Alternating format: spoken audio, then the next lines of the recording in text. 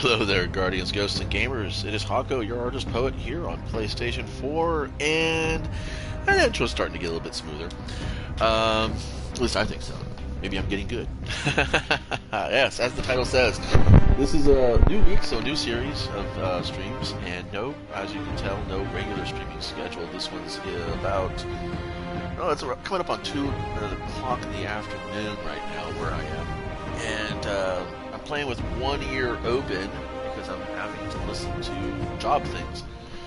But anyway, so last video I talked about some basic concepts and principles about how to improve your gameplay abilities in Destiny 2. And one of the things that I focused on was, of course, the gunplay. Shooting and aiming, things like that.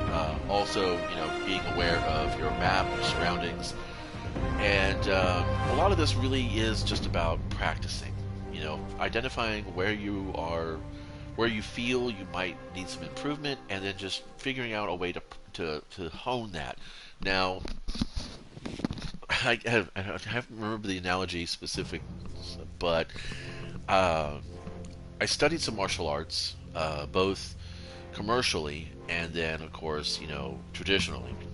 And when I was doing my traditional survey style study of the martial arts in general, my sensei was had a lot of insights about the ideas of learning and practice and training and recognizing what is talent and what is training, and we were studying more in the context of just getting the foundation. It's kind of like the first week of a class in college. You go over all the theory that you're going to be covering in the semester, the concepts, why is this relevant to learn, and the study plan.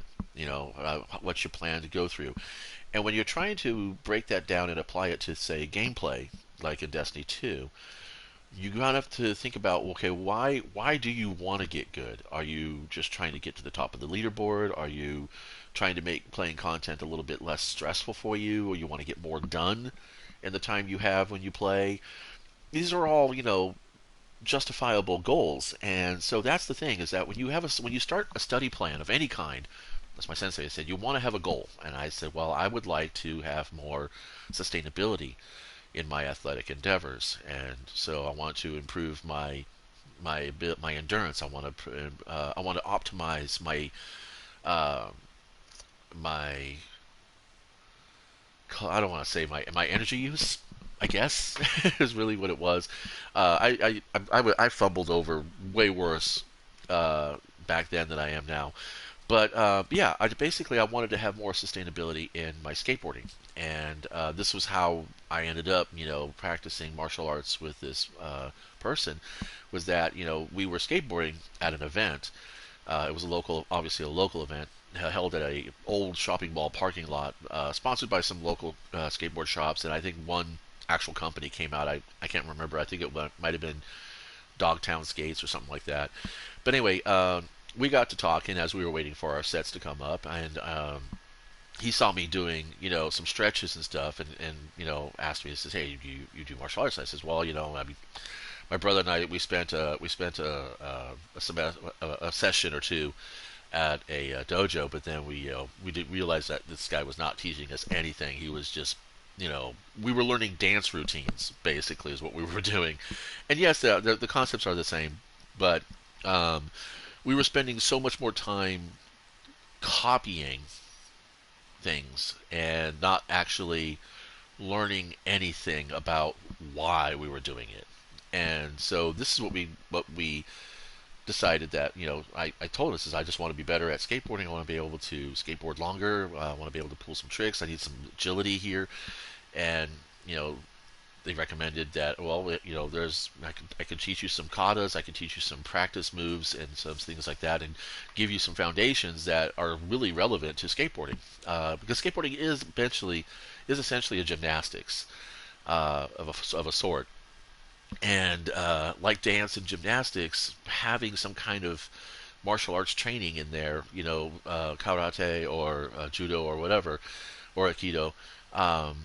These are all things that tie together. It's body in motion, and its efficiency of movement, and its sustainability of action.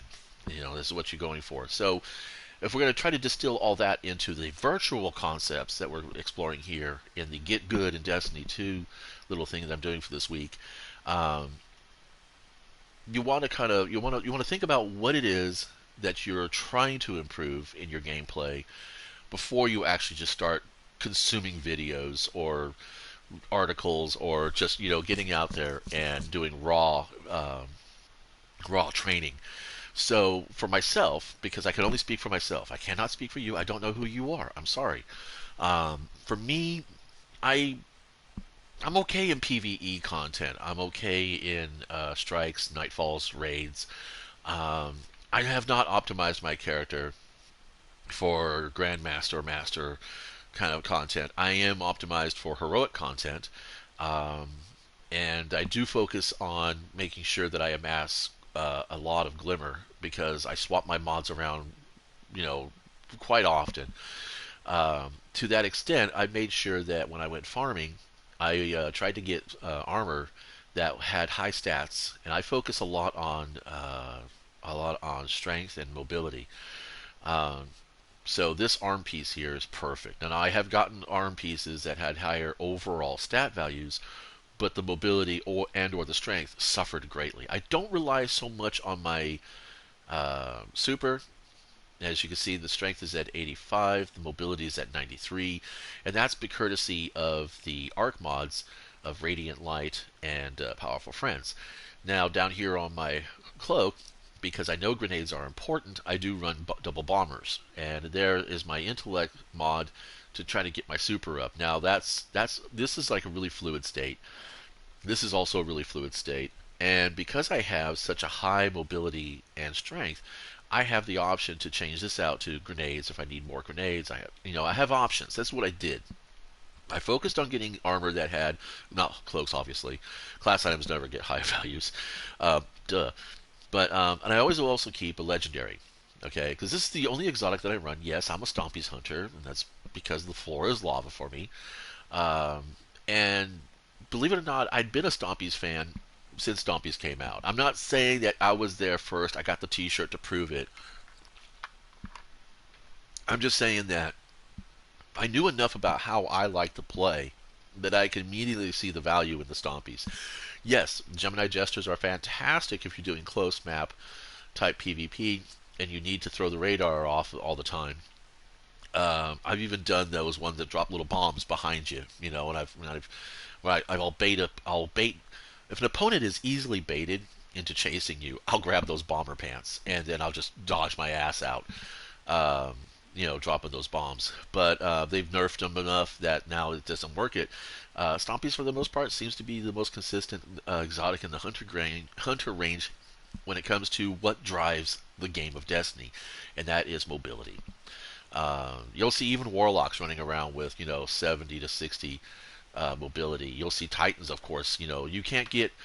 I mean, it's Stompies, Transverse Steps, or Dune Marchers. I mean, these are the things you will see on players who are conscious and wanting to capitalize, not necessarily exploit, but build on the fact that having map awareness and being able to get to any point on that map in the shortest amount of time possible is the difference between lining up a kill or not being one for somebody else.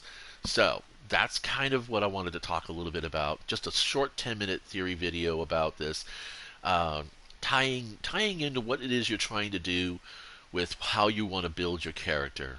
Don't even worry about weapons. What you really want to worry about is all of this.